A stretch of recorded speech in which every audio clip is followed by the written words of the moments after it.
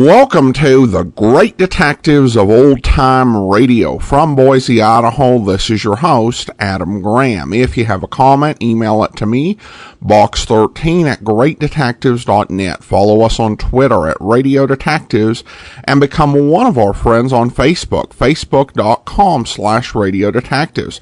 A reminder, as you're making your travel plans, check JohnnyDollarAir.com. JohnnyDollarAir.com is our Priceline affiliate link. So you get all of the benefits of going through Priceline.com, such as being able to name your own price on hotels, rental cars, airline tickets, or even more, or choosing from great published fares. So for your travel needs, check JohnnyDollarAir.com first. All right, well, now it's time for today's episode of yours truly, Johnny Dollar. The original air date on this one is October the 29th, 1949. And this one is The Little Man Who Wasn't All There. If you're looking for murder, I know a guy who can get it for you wholesale.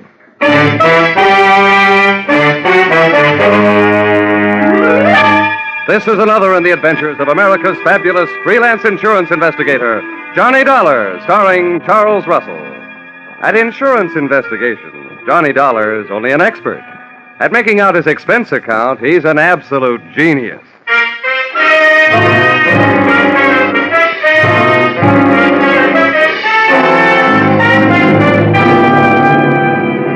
Expense account submitted by Special Investigator Johnny Dollar to West Coast Underwriters, San Francisco Branch.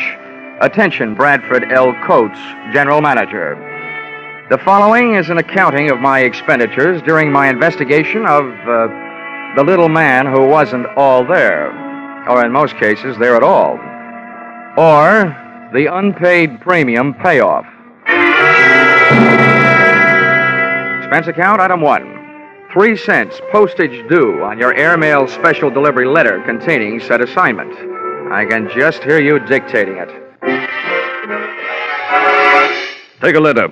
To Johnny Dollar. You'll find his address in the files. Dear Sir, better make that Dear Dollar. Enclosed find copies of letters received by us from one Mr. James Yarbo, period. This man's wife was insured with our company until recently. One day before her death, her period of grace on an unpaid premium ran out. We canceled her policy in the amount of $20,000. Her husband, Yarbo, first made every effort to collect, then threatened us. Since then, we've received the enclosed series of letters intimating, without confessing, that he's had a hand in the accidental death of at least 12 of our policyholders to date. The police have been working on it, but are getting nowhere. If you are available, please come immediately. Yours very truly, Sophie.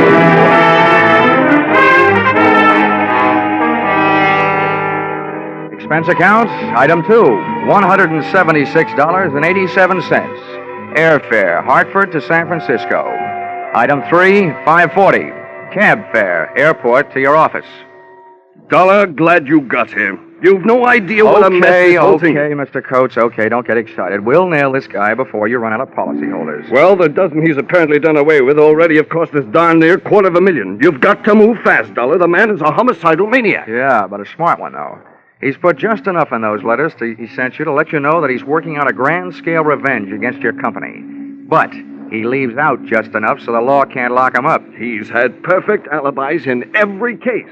Look, Mr. Coates, tell me, have all these deaths been local, right around here? No, they've been all over California. Mm-hmm. Well, one other thing, the method.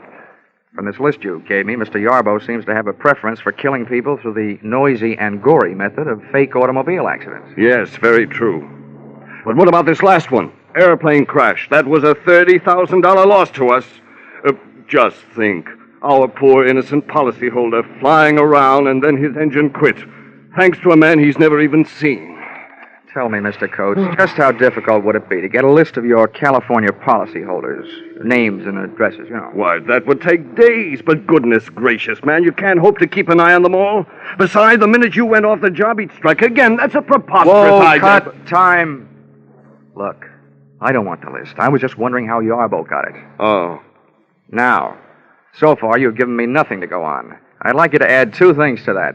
Yarbo's home address and a $50,000 life insurance policy made out to me. What on earth's that for? Well, look, in the first place, if we're going fishing for Mr. Yarbo, I might as well be the worm.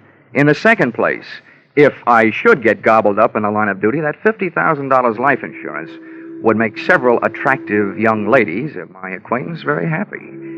Not, mind you, as happy as I can make them by remaining alive.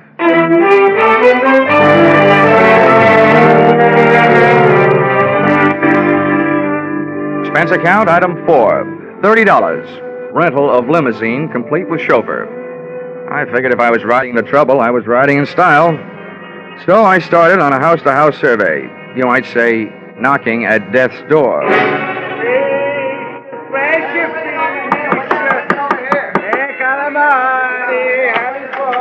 Yes. What is it, please? I'm sorry to bother you, Mrs. Gianelli, but I'm from the insurance company. Oh, yes. It'll only take a moment. One question about your son. Oh, poor Angelo. What do you want to know about my poor son? He drive away in his automobile, that's all. I'll never see him alive again. Yes, I know. Tell me, Mrs. Gianelli, did you ever hear your son mention a man named Yarbo? Yarbo? Yeah. Yarbo. I don't know about no such Yarbo. Now, please. Please leave me. There was so much sadness in my house.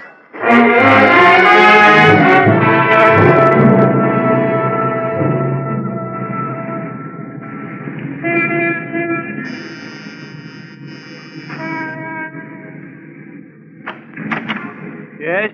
Mr. Dykes? Yes. I'm sorry to bother you, but I'm from the insurance company. About your son's plane crash. Oh. Thought all those details had been taken care of. Well, just one thing, Mr. Dykes. Did your son ever mention a man named Yarbo? Yarbo? Yeah. That's an unusual name. I'm sure if he had, I would have remembered. Okay, sir. I'm sorry to have bothered you. And thanks.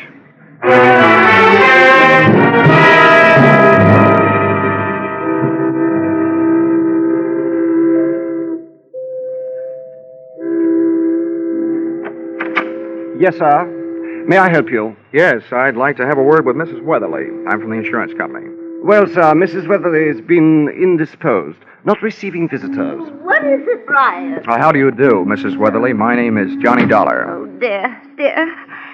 You may go, Brian. Oh, I'm ashamed to let you see me in this condition, Mr. Dollar. I'm just ashamed. But you understand. I do indeed. Oh, it was bad enough. The accident, I mean. But the scandal! Oh, I'll never be able to hold my head up again. Yes. No. If Harvey had to get himself in an automobile accident, why, I ask you, did he have to have that awful Mrs. Barclay in the car? Oh, yes. Yes, it was very unthoughtful of him, Yes. Mrs. Weatherly. Would you mind answering one question? Well, if I can. Did your husband ever mention a man named Yarbo? Well, no. No, he never mentioned a man named Yarbo.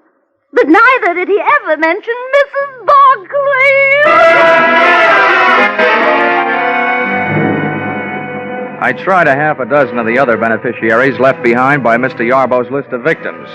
All I got out of it was a very watery afternoon. The tears were falling like monsoon time in Burma, but of information I got none. This brought me right smack up to a point I didn't want to have to reach, the point of contacting Mr. Yarbo in person.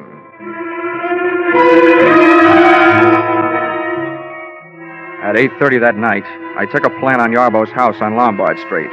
At 11:30, I saw the lights go out, as did Yarbo.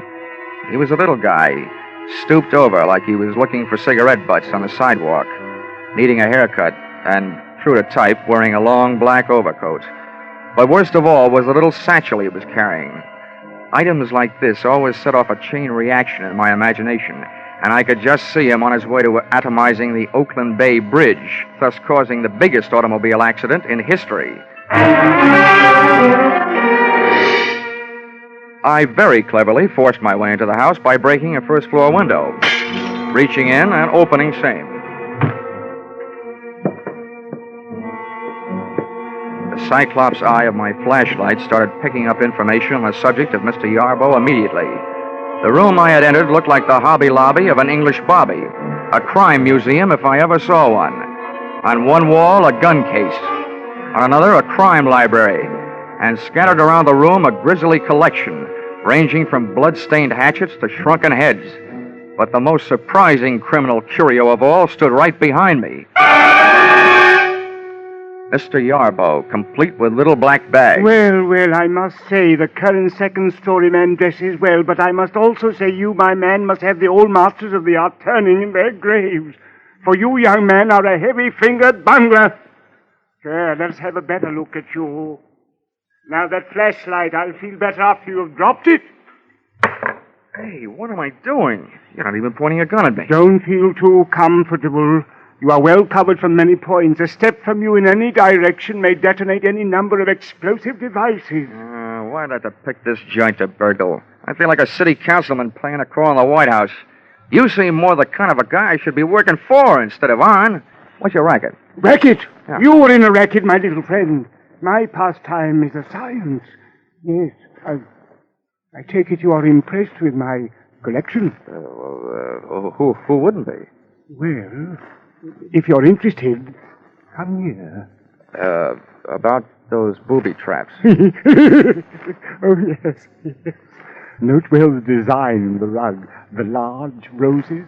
Avoid stepping on them for the time being. Oh, great. And I was in here stumbling around in the dark. May your good luck continue. But look here in this case, the small vial on the right. That was purloined for me to order from the famous Black Museum in Scotland Yard.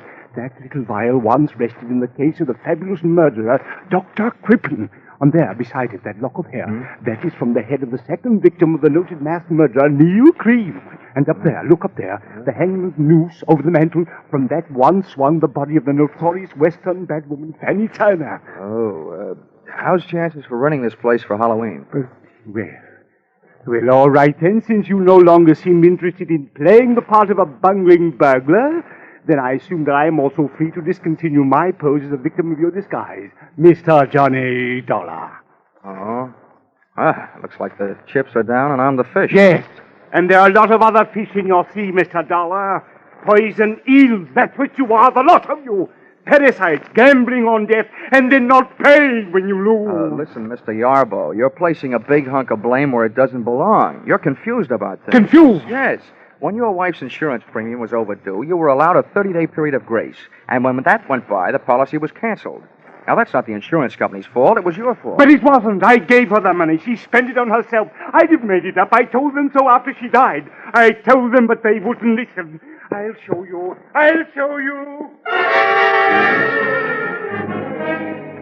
Yarbo looked like he was headed to show me the chopping end of an axe laying on top of a small table. I hit him just as he hit the table. As he hit the floor, I noticed what I was standing on. One of those big red roses in the carpet. It hadn't exploded yet, but that was one flower I wasn't standing around waiting to see bloom.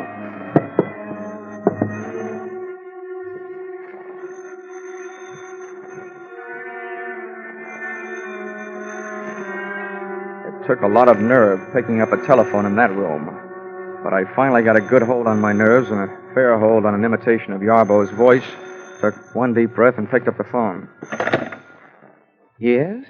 Hello, James. This is Martha. I'm at the office. I have good news. 2 more. Mr. and Mrs. Granville Morse, killed tonight on the Great Highway, 2 miles south of Seal Rock. 8:45 tonight. Ran into a post, both killed. Insured for a total of $80,000. I gotta go now. Goodbye, James. Well, congratulations, Brother Yarbo. 2 more at 8:45 tonight. And who's your new alibi? Me.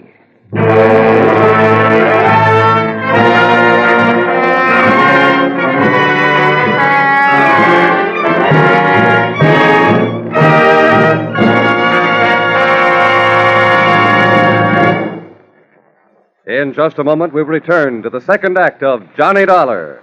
But first, did you ever think of "and" as a comedy word? Maybe not, but you'll get a full demonstration on CBS this Wednesday night. There'll be Groucho Marx and his guest on that hilarious quiz, You Bet Your Life. For it's the guests who sometimes floor Groucho with their wisecracks.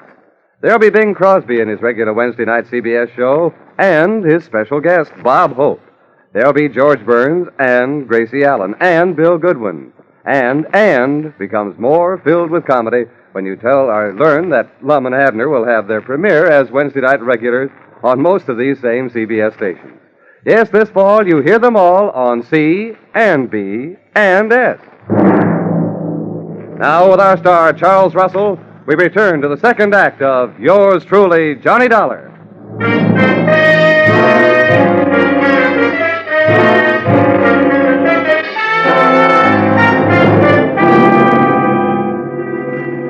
Yarbo might have been lying unconscious on the floor, but in that setting, I was still afraid of him. I'd have looked the place over with a fine tooth comb. Only having none, I used my hands. I put the pat test to Yarbo's pockets for a gun. He was unloaded.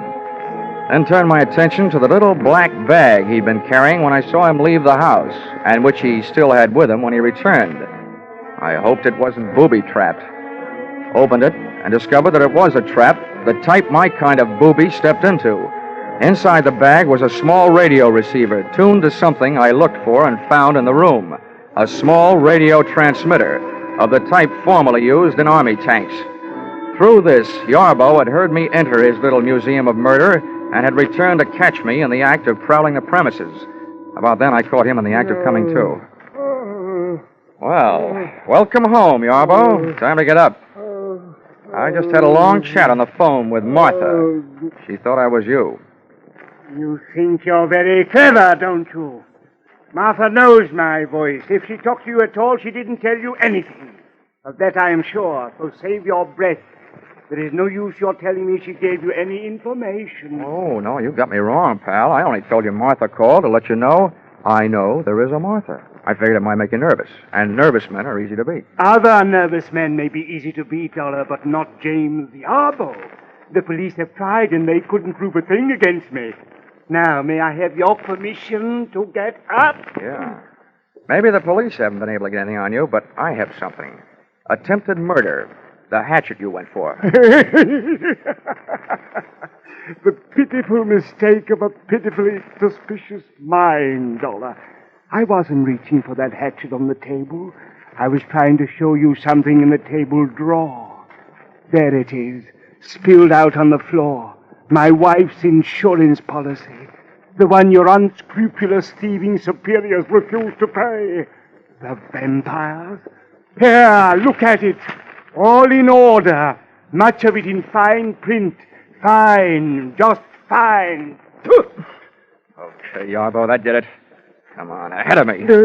Where are we going? Find some place to lock you up. I was hired to stop you, and until I do, I'm at least going to try and slow you down. Now move. Linen closet. No room here. Come on.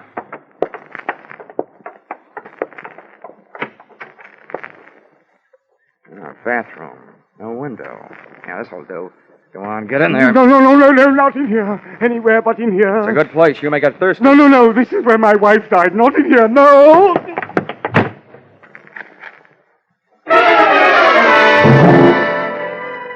Which, on the surface, may seem to have been a move on the cruel side. But Yarbo was a man obviously off his rocker, and I needed him more nervous than I already had him. Too nervous to attempt killing any more people. Expense account item 5, a nickel. Phone call, downtown office, state police. Mr. and Mrs. Granville Morse had indeed crashed to their death on the great highway south of Seal Rock at 8:45, which made the lady with the early telephone news flash Martha, a gal with whom I wanted an early date.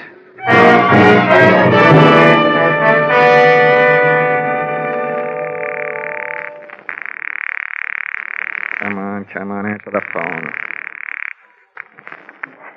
Hello? Hello? What is it? Hello, Mr. Coates. This is Dollar. Oh, yes, Dollar. What do you want? Well, first I want to tell you that you just lost 2 more policyholders. List price, $80,000. Oh, good Lord. This is terrible. Who? How? What? Never mind that. I've also got something else. On the good side. I need your help tonight. Of course. Anything. What can I do? Meet me at your office. You and I are going to go looking for a dame named Martha. Martha? Martha who? I don't know, but I hope she works for you. I'll be there in a half hour. Make that 20 minutes, and you'll be 10 minutes closer to happy days. The office personnel records of the West Coast underwriters turned up not 1, but 3 employees named Martha, which gave me 3 choices as to who had been supplying Yarbo with a list of West Coast policy insurance policy holders. Finding the exact Martha was even easier. On the phone, she had told me that she was calling from the office, and the night elevator operator's in and out book showed the signature of one Martha Kinsey. and I just couldn't wait to hear her report.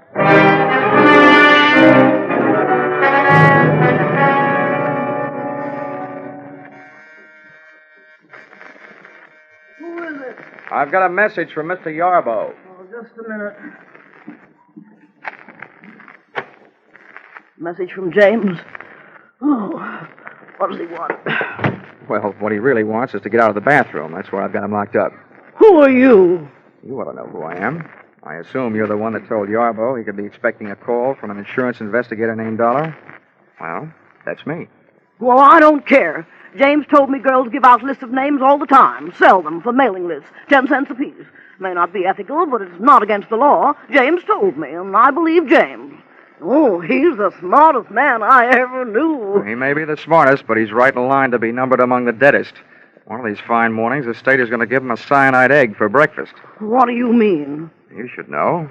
Murder, execution, gas chamber. Well, you can't prove a thing. James told me so, and he knows. Well, he's smart. I hope he's not smart enough to pick a lock with a bath mat. Now, come on, sit down. You and I are going to have a nice, long talk. We are not. I won't say a thing. I don't have to, unless you have a warrant, an indictment, and a court reporter. James told me so. Yeah, I know. He's smart. But no matter what he told you, you're going to tell me a few things. Oh, no, I'm not. Oh, yes, you are. Oh, no, I'm not. Oh, yes, you are.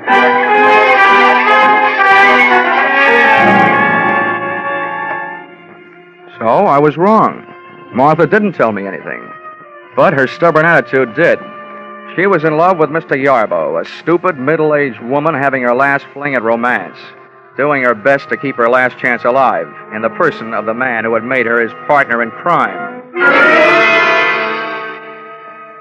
As crazy as it was, this grotesque pair of lovebirds created the only real emotion in the case to date, and switched my thoughts from the widely scattered deaths which had brought me into the case, and over to the single death of Yarbo's wife.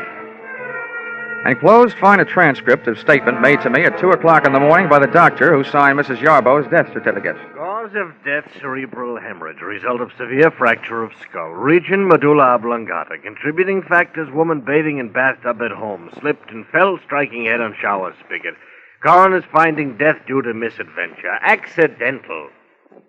It took the doctor 2 minutes to get around to making that statement. I figured it would take Martha at least 30 minutes to get her hair out of her curlers and make herself presentable enough to risk being seen on the street. That left me 28 minutes to get back to Yarbo's house before she did, and I didn't need half that long.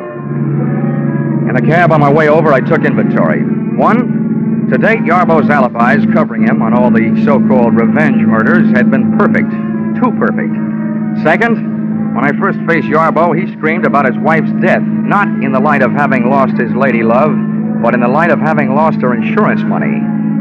Just as my 3rd and most important conclusion came upon me, the taxi came upon our destination, and I had to go to work.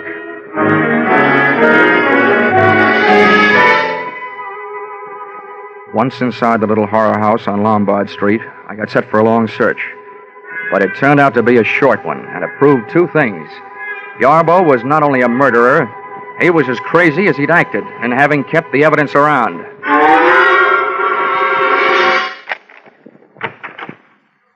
Okay, Yarbo, come on out. Well, I hope you have enjoyed your waste of time, Mr. Dollar, as I've enjoyed my chance for meditation. You saw Martha, I suppose? Yes, I saw Martha. Bless her silent little soul. Yes, I was sure of Martha. She believes in me. You can say that again. Come on out here. Mr. Dollar, I suppose you are aware that this is the 2nd time tonight you have been guilty of breaking and entering. I am, however, willing to forgive that, should you come to your senses and decide to go back to Hartford and leave me alone.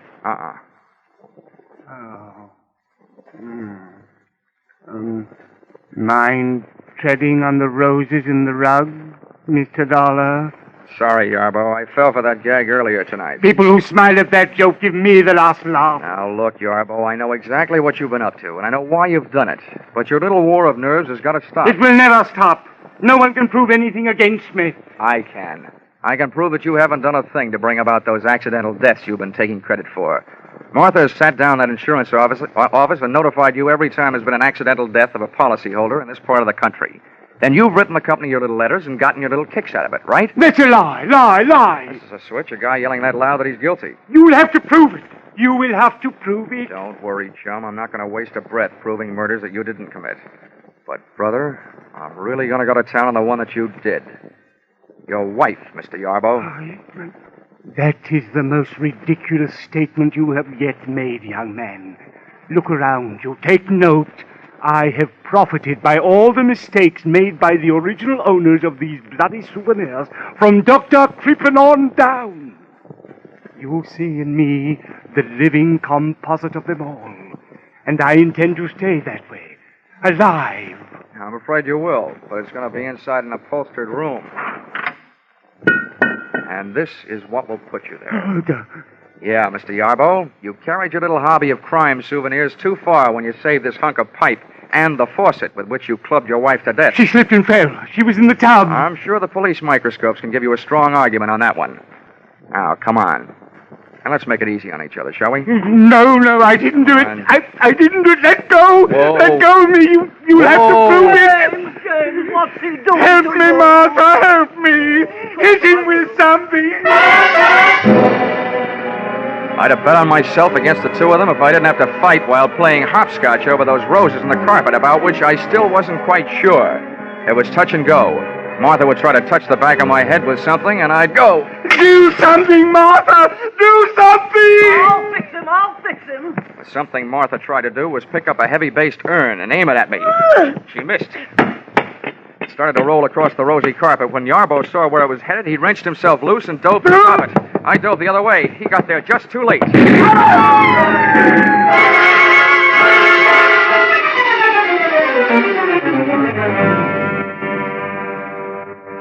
I didn't have to look twice to know he was dead. Fate had called James Yarbo up on his own carpet. When Martha threw that urn at me, it had rolled straight for the only rose in the rug that had been booby-trapped. Which only goes to prove that sometimes a rose by any other name can be anything but sweet.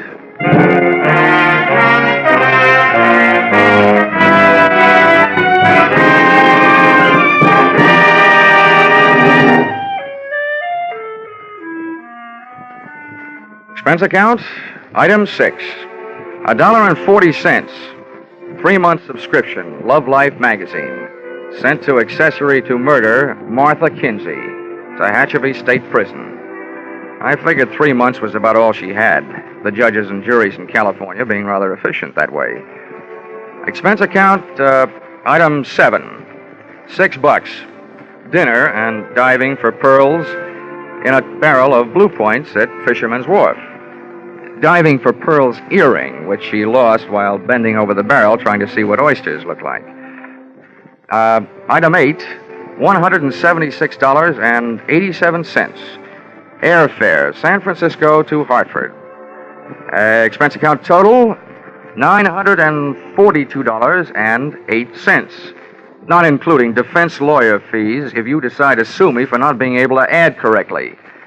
Signed, yours, truly, Johnny Dollar.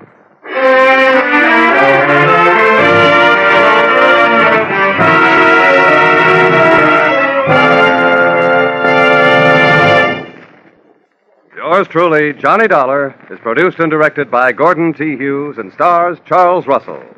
Script by Paul Dudley and Gil Dowd. Featured in the cast were Jay Novello, Martha Wentworth, Paul Dubois, Gigi Pearson, and Larry Dobkin.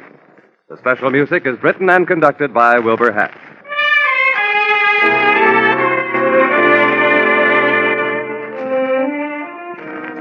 Be sure to be with us at this same time next week when another unusual expense account is handed in by Yours truly, Johnny Dollar.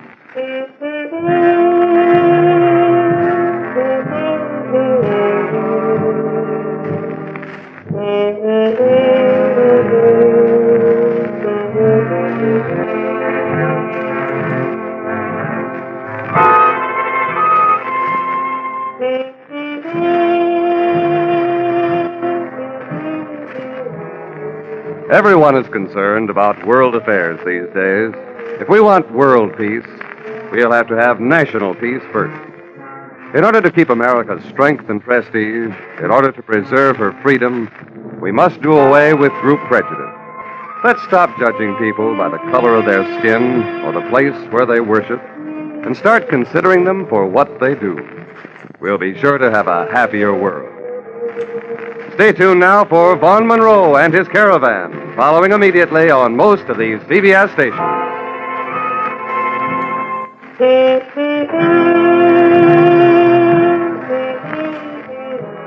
This is CBS, the Columbia Broadcasting System.